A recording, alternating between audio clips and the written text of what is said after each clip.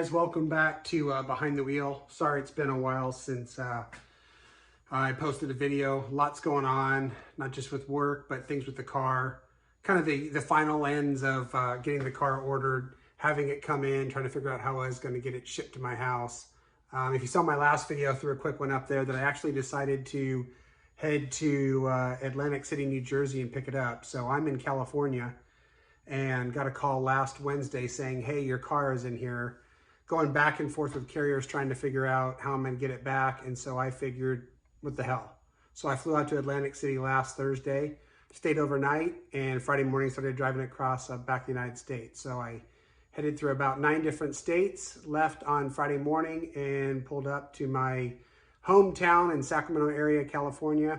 It was about Monday, about noon. So it wasn't bad, 3.5 hours of driving, long days, but it was quite an adventure.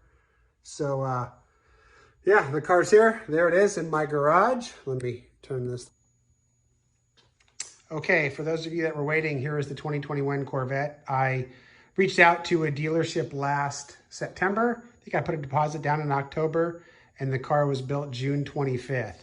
So I'm going to have an upcoming video talking about ordering these cars, what it's like, the process to get one ordered, how much they cost, some of the dealers that you might want to use for ordering one that don't charge a markup over the sticker price, and some of the different options that I chose, and also some of the modifications I'm doing. We get ready to do some track preparation to take it out to be able to take it on the road course and the autocross course. So stay tuned for that coming up.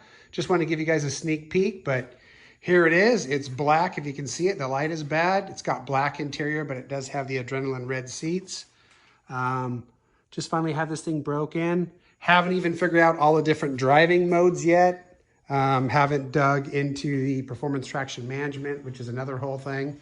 But so far the car is just, it's incredible. It's more than I expected. It's not only, easy on the eyes, it drives really nice. The power is great. The dual clutch transmission is incredible. So stay tuned. I'll have some of those videos coming out in the next week or so. Thanks for watching, guys. Bye-bye.